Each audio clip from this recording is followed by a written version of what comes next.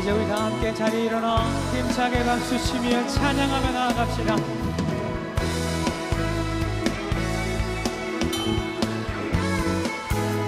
주와 같이 길 가는 건 즐거운 일 아닌가. 우리 주님 걸어가시 발자취를 밟겠네. 아멘. 어린아이 같은 우리 미련하고 약하나 주의 손에 이끌리어 생명 길로 가겠네. 한 걸음 한 걸음 주 예수와 함께 날마다 우리 걸어가리. 꽃이 피는 들판이나 험한 골짜기라도 주가 인도하는 대로 주와 같이 옛선지자애로 같이 우리들도 천국에 뛰어나갈 때까지 주와 같이 걷겠네. 한 걸음 주 예수와 함께 날마다 우리 걸어 한 걸음 주 예수와 함께 날마다 우리 걸어가리. 죄짐 맡은 우리 어찌좋은 친구들 걱정 의심 무거운 짐 우리 주께 맡기세. 주께 고함 없는 고로 복을 얻지 못하네. 사람들이 어찌하여 아랠 줄을 모를까. 시험 걱정 모든 괴로 얻는 사람 누군가. 부질없이 낙심 말고 기도드려 아뢰세. 이런 진실하신 친구 찾아올 수 있을까. 우리 약한 아시오니 어찌 아니라. 우리의 목소리 높여 찬양하시. 근심 걱정 무거운 짐 아니진 자 누군가. 비난처럼 우리 예수 주께 기도드리세. 세상 친구 멸시하고 너를 조롱하여도 예수 품에 안기어서 참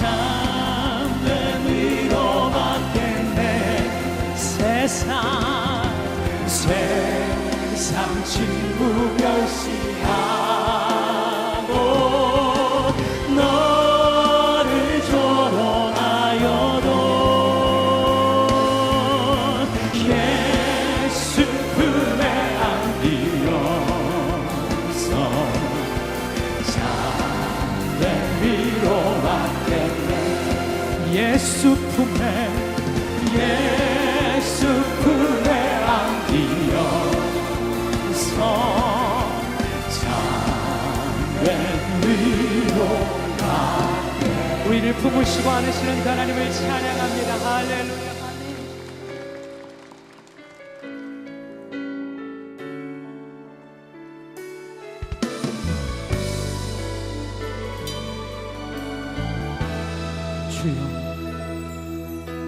주여 우린 연약합니다. 우린 오늘 힘겨워합니다. 주 뜻 이루며 살기에 부족합니다. 우린 연약합니다. 주여 우린 넘어집니다. 오늘 하루 또 실수합니다. 주의 긍휼을 구하는 죄인입니다. 우리 주만 바라봅니다. 한없는 주님의 은혜 온 세상 위에 넘칩니다. 가릴 수 없는 주 영광 온 땅 위에 충만합니다. 주님만이 기로이 우린 그 길 따라갑니다. 그날에 우리를 이루시리. 주는 완전합니다.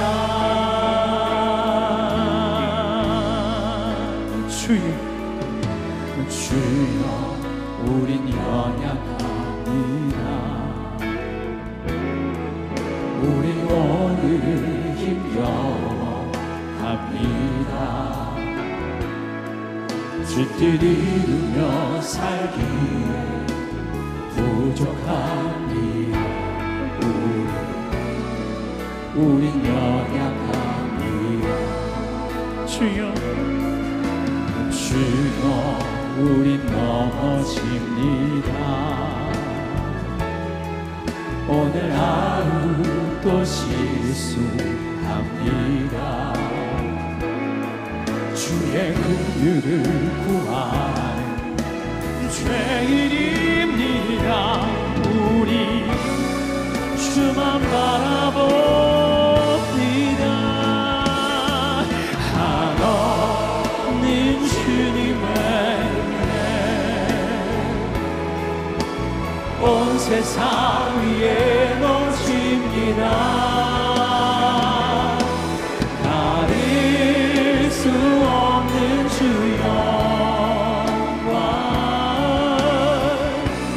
온 땅 위에 충만합니다.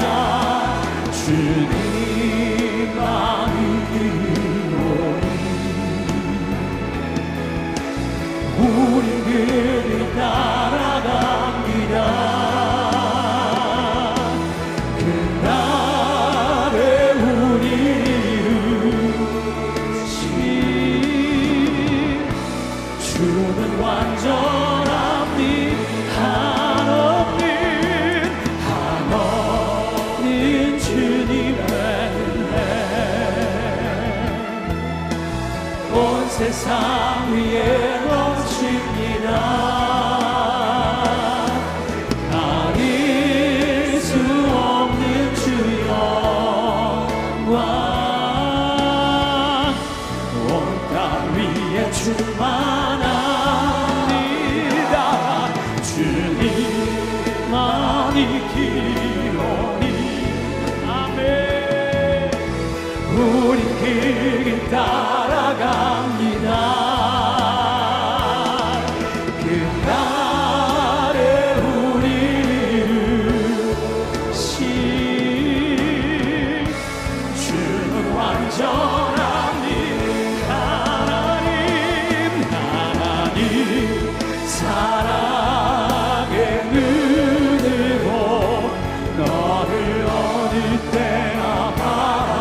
것이요 하나님 인자한 그로서 언제나 너에게 기울이시니 어둠에 밝은 빛을 비춰주시고 너의 작은 시름에도 응답하시니 너는 어느 곳에 있는지 주를 향하고 아멘. 우리 주님께 두 손을 높이 들고 찬양합니다. 어둠에 밝은 빛을 주님 작은 시름에도 응답하시니 너는 어느 곳에 있는지 주를 아멘. 주만 봐 우리 마지막으로 한 번 더 찬양합시다. 어둠에 밝은 빛을 비춰주시고 너의 작은 시름에도 응답하시니 너는 어느 곳에 있는지 주를 향하고 주만 바라보 주만 바라보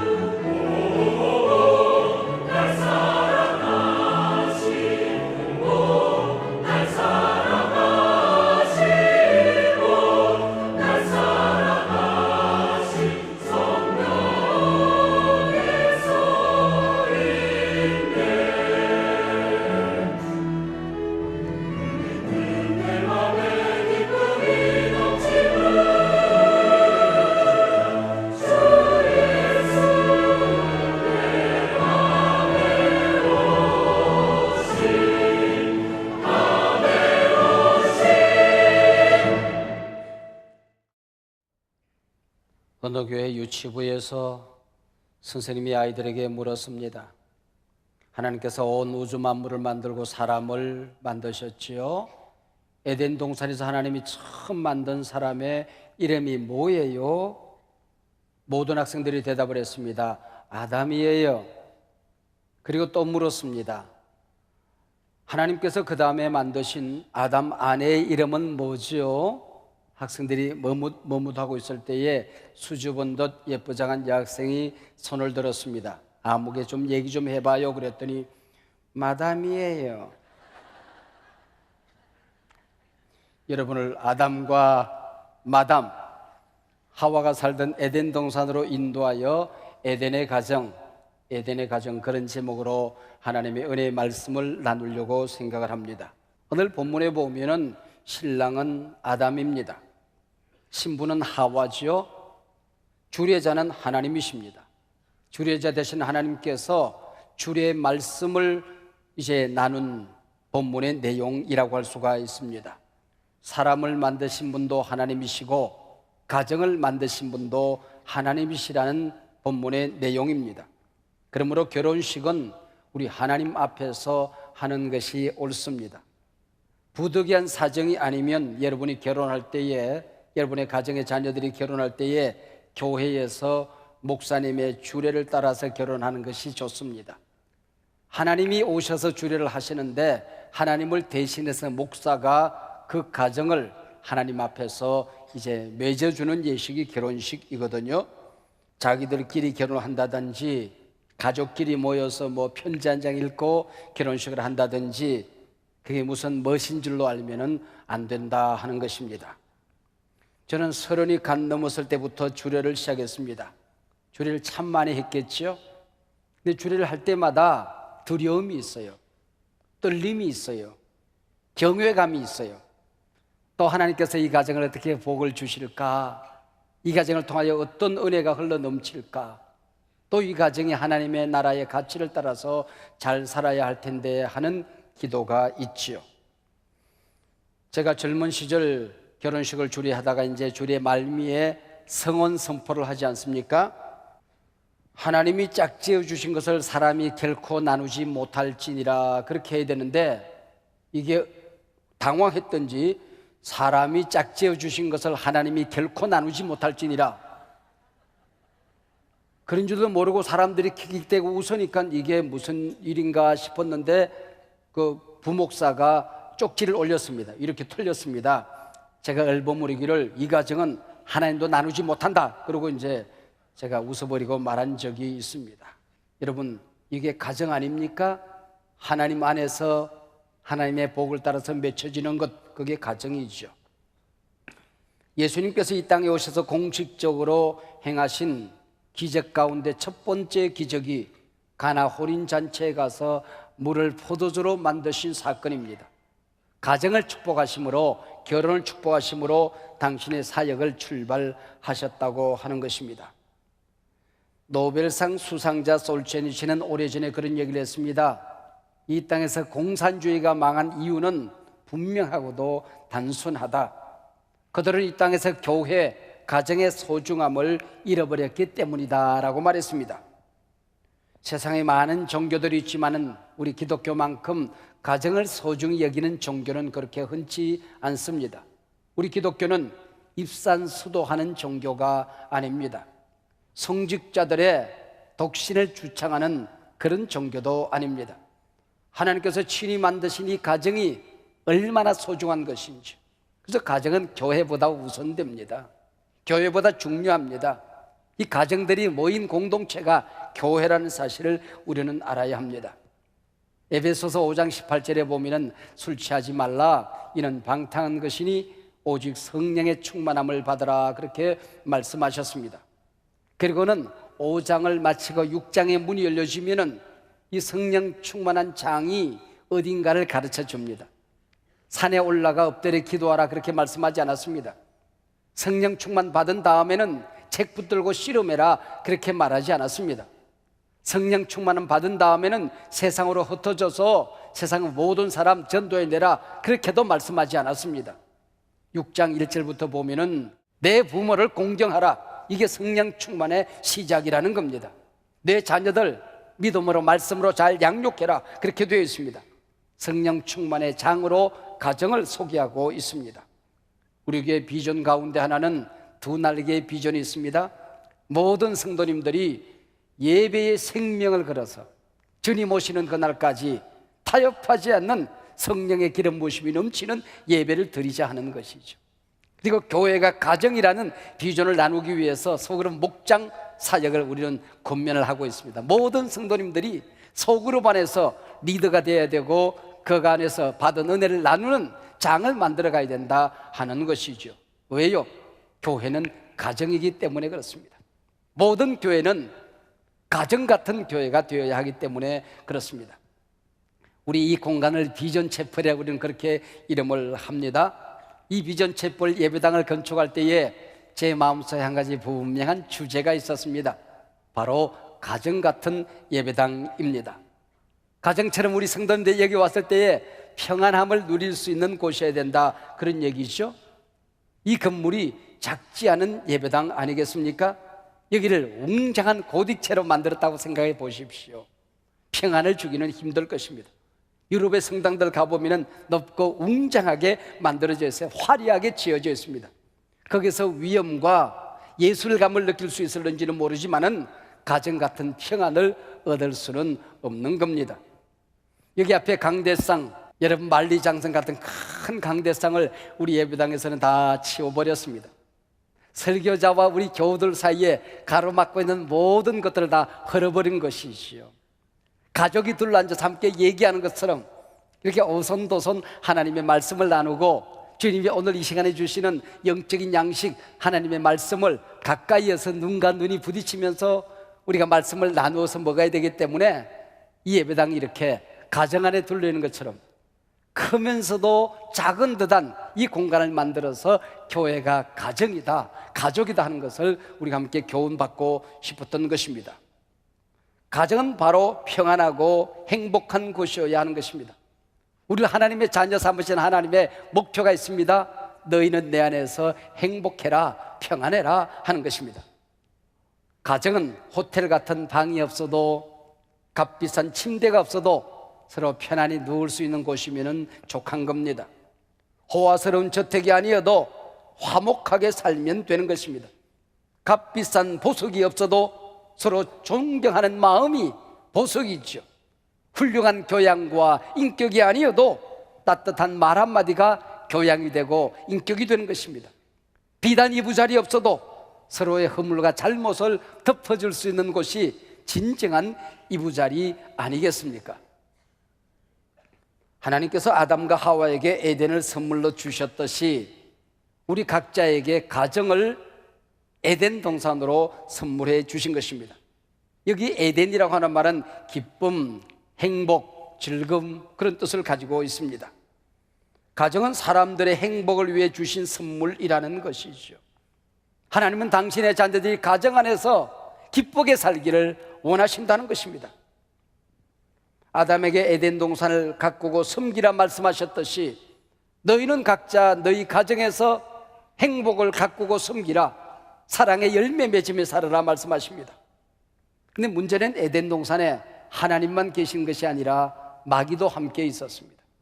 에덴 동산에는 먹을 수 있는 맛난 과일 나무들만 있었던 것이 아니라 먹지 말아야 될 선악과가 있었던 것입니다. 에덴 동산에 행복도 있었고 불행도 있었습니다.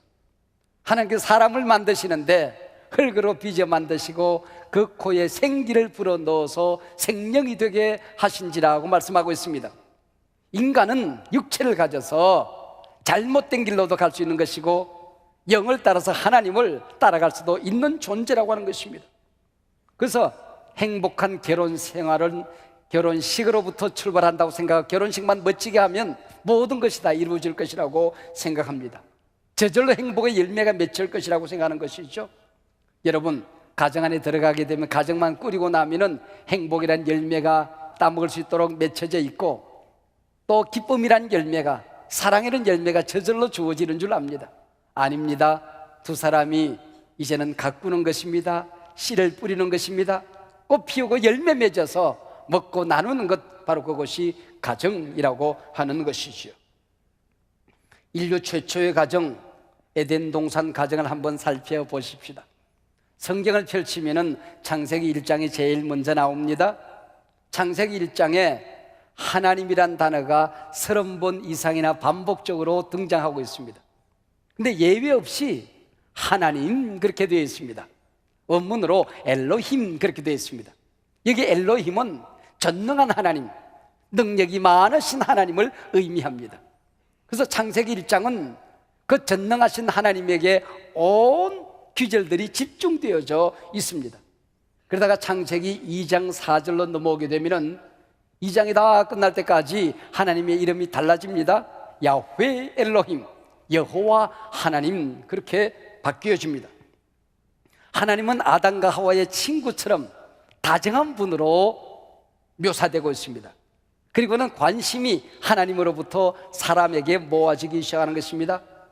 하나님이 역사를 하실 때에도 인자하신 어르신처럼 마치 우리 아버지가 자녀를 위하여 모든 기업을 준비하고 가정 분위기를 준비하듯이 아담과 하와와 함께 얘기하듯 친구처럼 가족이 되어서 모든 사역을 감당하는 것을 볼 수가 있습니다. 자, 6째 날 되었습니다. 드디어 동물들을 빚습니다. 사람을 빚어 만듭니다. 흙으로 빚어 동물들을 만드시는데 그걸로 끝. 그래서 동물들은 흙으로만 만들어진 존재들입니다. 사람은 흙으로 빚어 만드시고 그 코에 생기를 불어넣으시니 생명이 된지라. 하나님과 살아있는 영적인 교제를 하면서 살 수 있도록 만들어졌다고 하는 것이죠.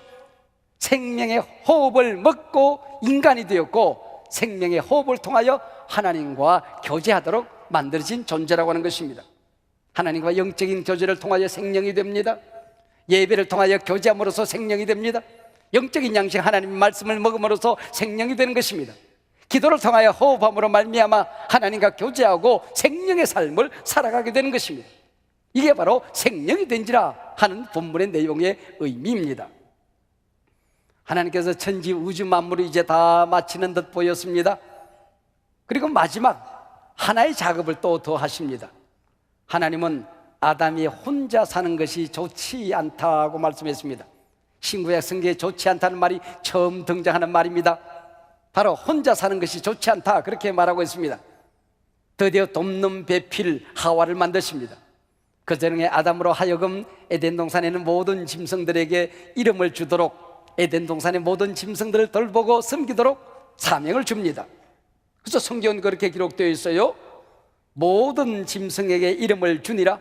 아담이 돕는 배필이 없으므로 그렇게 되어 있습니다. 번역이 좀 앞뒤가 좀 맞지는 않는 것 같아요. 제가 한번 번역을 해보면 아마 이런 뜻이라고 생각이 되어집니다. 모든 짐승에게 이름을 주니라. 그러나 그것들이 아담의 돕는 배필은 될 수가 없었다. 무슨 얘기일까요? 짐승들의 이름을 주면서 모든 짐승들은 다 짝이 있다는 것을 발견하게 된 것입니다. 근데 나는 왜 짝이 없지? 이걸 깨닫는 순간 하나님께서 짝을 만들어 주신 데게 바로 돕는 배필 하와를 만들게 되는 것입니다. 여인들은 그렇게 생각합니다. 이 땅에 똑같은 인간으로 태어나서 왜 여인들은 남성들의 돕는 배필로만 살아야 되는 것인가? 내 본래 존재의 의미나 내 삶은 없는 것인가? 라고 생각하시는 분들이 있습니다. 이 돕는 배필이라는 단어를 잘 살펴보면 우선 남성 명사로 되어져 있습니다. 우선적인 돕는 배필은 아담이 하와를 잘 돕고 섬기도록 하나님이 지었다는 뜻입니다. 이게 돕는다라는 단어는 굉장히 신비한 단어입니다. 사람에게는 쓸 수 없는 신령한 단어입니다. 힘 있는 자만이 도와줄 수 있는 것이죠. 그래서 하나님이 인간을 도우실 때에, 하나님이 가정을 도우실 때에, 쓰러지고 넘어진 사람을 도우실 때에, 하나님이 사랑하는 사람들을 돌봐주실 때에 바로 돕는다, 이 단어를 사용하고 있습니다. 이 본문에서만 유일하게 사람과 사람 사이에 사용되어지고 있는 것입니다. 남편은 아내의 돕는 배필입니다. 아내는 남편의 돕는 배필이라는 의미를 가지고 있는 것이죠. 이 본문을 주석하는 유대 랍비들의 주석을 보면은 하나님께서 처음 아담을 만드실 때는 그 안에 남성 사람과 여성 사람이 함께 존재했다는 것입니다. 갈빗대를 뽑아서 하와를 만들었다는 얘기는 남성 아담과 여성 하와를 분리수술하셨다라는 것으로 설명하고 있습니다. 오늘 본문 아담의 갈비뼈로 하와를 만들었다라는 이 아주 재미있는 이런 표현을 신학을 공부하다 보면 신화적 표현 그렇게 이름합니다. 흙을 빚어서 동물을 만들었다, 흙을 빚어서 사람을 만들었다, 갈비뼈를 뽑아서 여자를 만들었다, 그 코에 생기를 불어넣어서 생명이 되겠다, 이런 모든 단어들이 신화적인 표현이라고 하는 것이지요.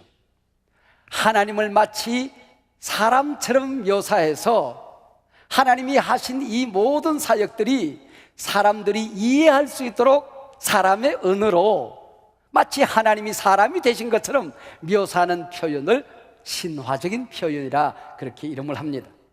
잘못 생각하면은 이 당군 신화처럼 없는 것을 인간이 만들어서 고대에 일어난 어떤 신비한 이야기로 꾸며낸 이야기, 이걸 신화라고 생각할 수 있습니다만은 신학에서 말하는 신화는 제가 오히려 좀 신학자라고 한다면은 동화적인 표현, 이렇게 하면 훨씬 더 알아듣기 쉬울 것 같아요.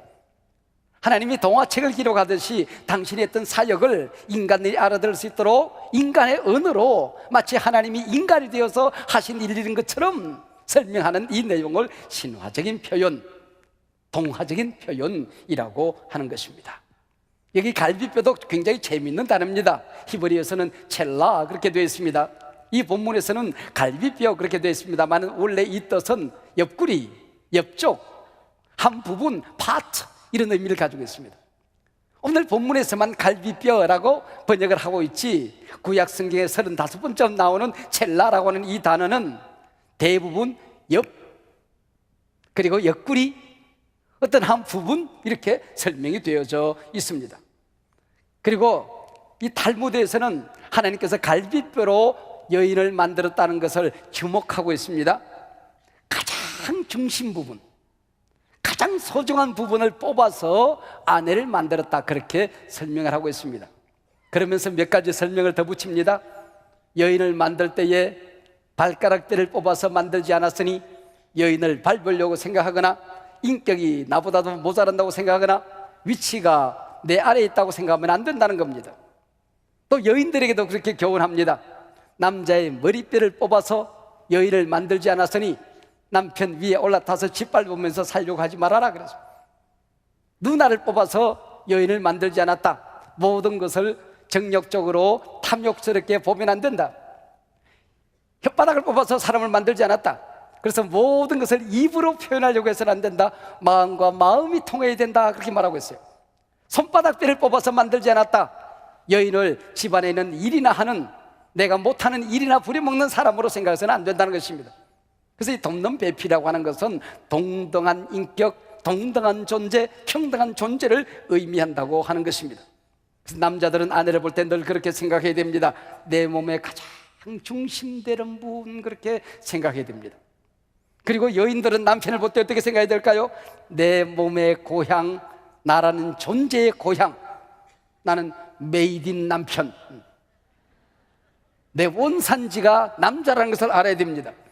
그래서 여인들은 아침마다 일어나서 주제곡을 불러야 됩니다. 나의 살던 고향은 당신 갈비뼈, 이러고 이 여인들의 주제곡이 돼야 되는 겁니다. 여러분, 이 갈비뼈는 모든 장기를 감싸고 있는 그런 묘한 장기 아닙니까? 여러분, 잘못해서 사고 났을 때 갈비뼈가 부러져서 장기를 다치게 하면 큰 손상을 입게 되는 것입니다. 그만큼 소중한 게 갈비뼈죠. 가장 중심되는 자리에 있는 것입니다. 이 소중한 갈비 돕는 배필은 함께 살도록 지어졌다는 것입니다. 이 소중한 갈비는 부모를 떠나 둘이 한 몸을 이룰지로다 그랬습니다.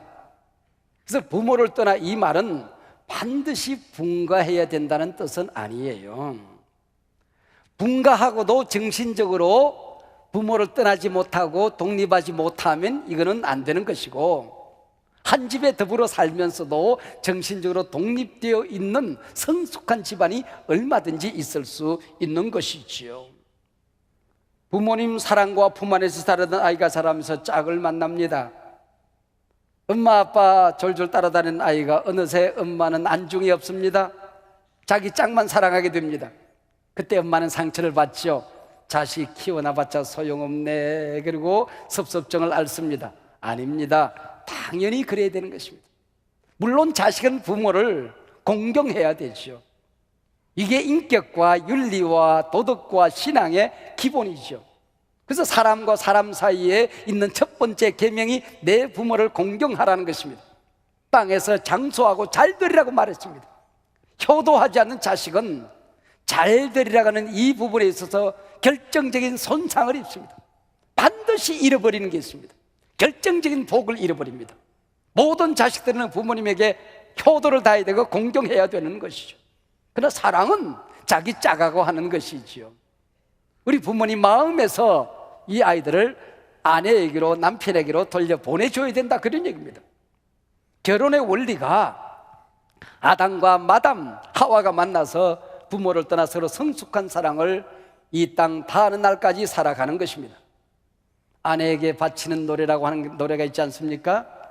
나는 다시 태어나도 당신만을 사랑하리라. 이 노래가 들려오면 반드시 묻습니다. 당신은 다시 태어나면 나랑 살 거야, 안 살 거야? 그때 한쪽에서 그렇게 말합니다. 미쳤어, 그렇게 말하는 사람들이 있습니다. 좀 지혜로운 사람은 그렇게 말한대요.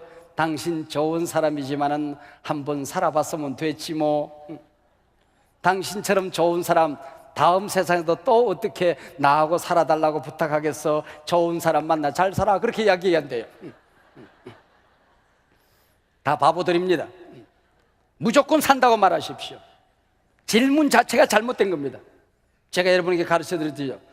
다시 태어나는 일 절대로 없습니다. 그래서 다시 태어나면 반드시 당신 만나서 잘 살아보자고 얘기하시길 바랍니다. 그래야 노후가 편안합니다.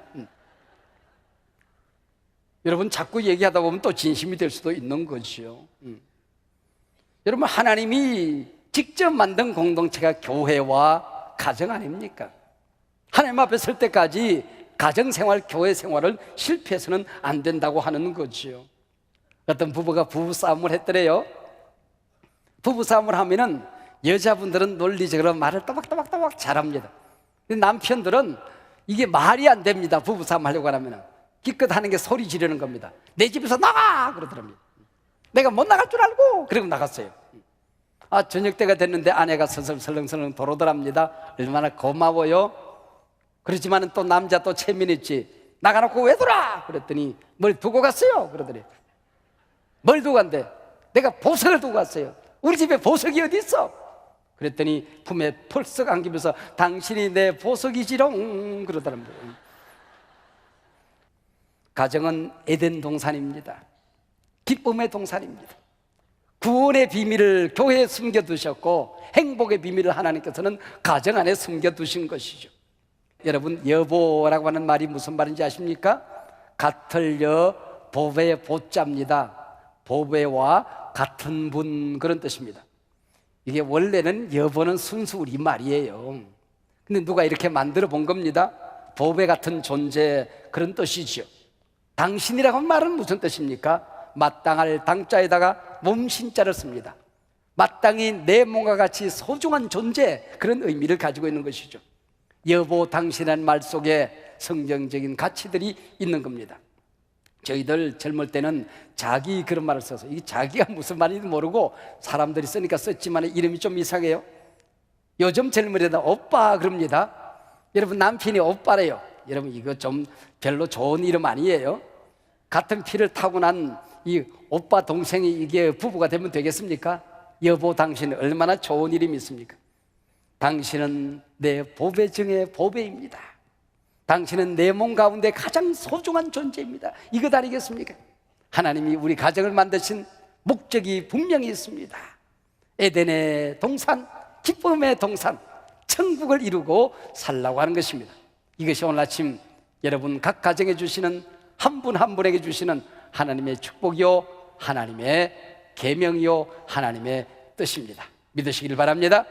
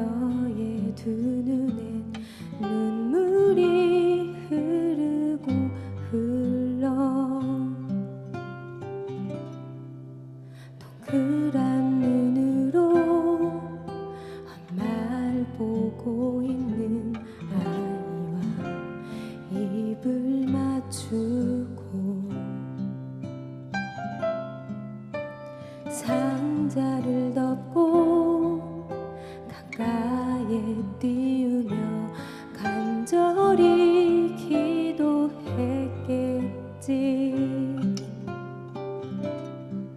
정처 없이 강물에 흔들흔들 흘러내려 가는 그 상자를 보며 눈을 감아도 보이는 아이와 눈을 맞추며 주저앉아 눈물을 흘렸겠지. 너의 삶의 참 주인, 너의 참 부모이신 하나님 그 손에 너의 삶을 맡긴다.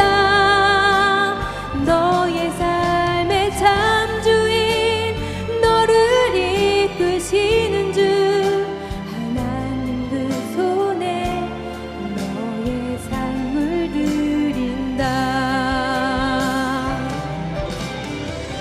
그가 널 구원하시리. 그가 널 이끄시리라. 그가 널 사용하시리. 그가 너를 인도하시리.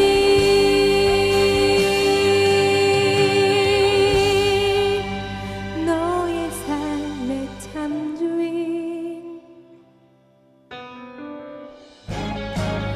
너의 삶의 참 주인, 너의 참 부모이신 하나님 그 손에 너의 삶을 맡긴다.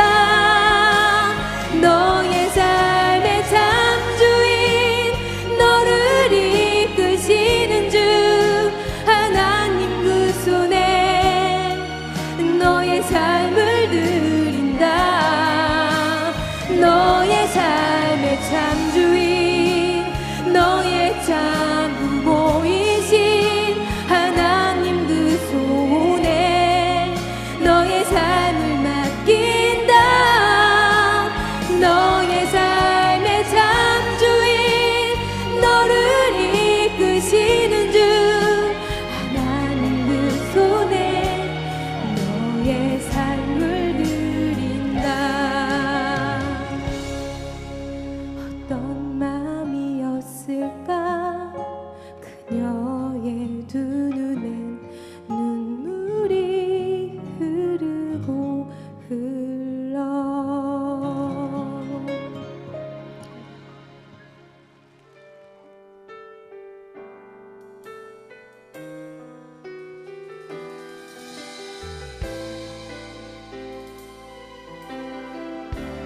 함께 찬양합시다.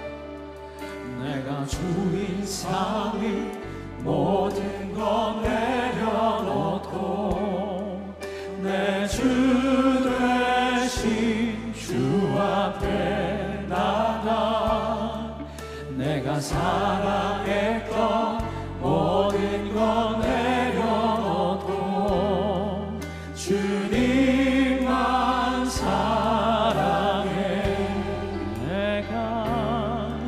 내가 주인 삼위 모든 것 내려놓고 내 주 대신 주 앞에 나가 내가 사랑했던 모든 것 내려놓고 주님만 사랑해. 주 사랑 거친 풍랑에도 깊은 바다처럼 나를 잠잠케 해. 주 사랑 내 영혼의 완성 그 사랑 위에 서리. 내가 주의 삶이 모든 것 내려놓고 내 주 대신 주 앞에 나가 사랑했던 모든 것 내려놓고 주님만 사랑해. 주 사랑 거친 풍랑에도 깊은 바다처럼 나를 잠잠케 해. 주 사랑 내 영혼의 완성. 그 사랑 위에 우리 주님께 두 손을 높이 들고 주 사랑 주 사랑 아멘. 거친 풍랑에도 깊은 바다처럼 나를 잠잠케 해. 주 사랑 내 영혼의 완성. 그 사랑 위에 서리.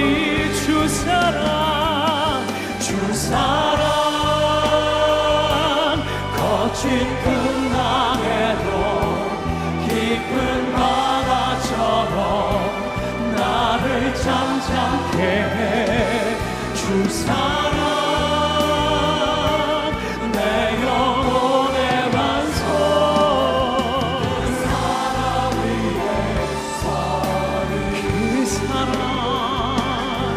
그 사랑 위에 서리.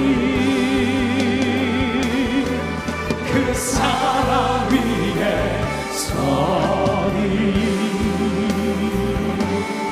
아멘.